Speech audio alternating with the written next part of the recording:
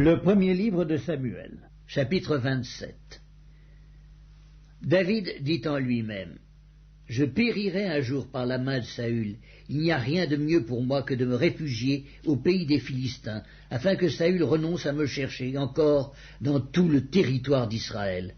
Ainsi j'échapperai à sa main. Et David se leva, lui et les 600 hommes qui étaient avec lui, et ils passèrent chez Achish, fils de Maoc, roi de Gath. David et ses gens restèrent à Gath auprès d'Achish.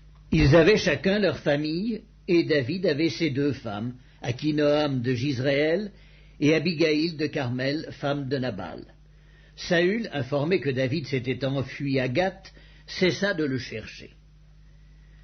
David dit à Achish: Si j'ai trouvé grâce à tes yeux, qu'on me donne dans l'une des villes du pays un lieu où je puisse demeurer, car pourquoi ton serviteur habiterait-il avec toi dans la ville royale?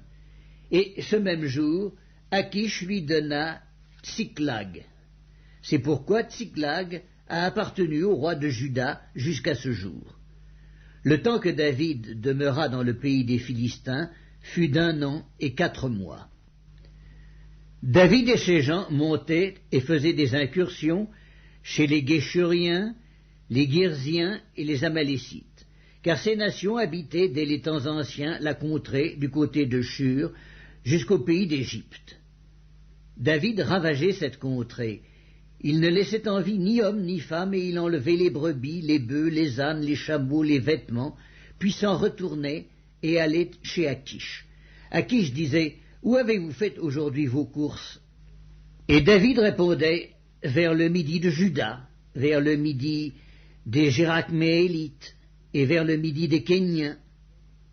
David ne laissait en vie ni homme ni femme pour les amener à Gath, car, pensait-il, il pourrait parler contre nous et dire: Ainsi a fait David. Et ce fut là sa manière d'agir tout le temps qu'il demeura dans le pays des Philistins.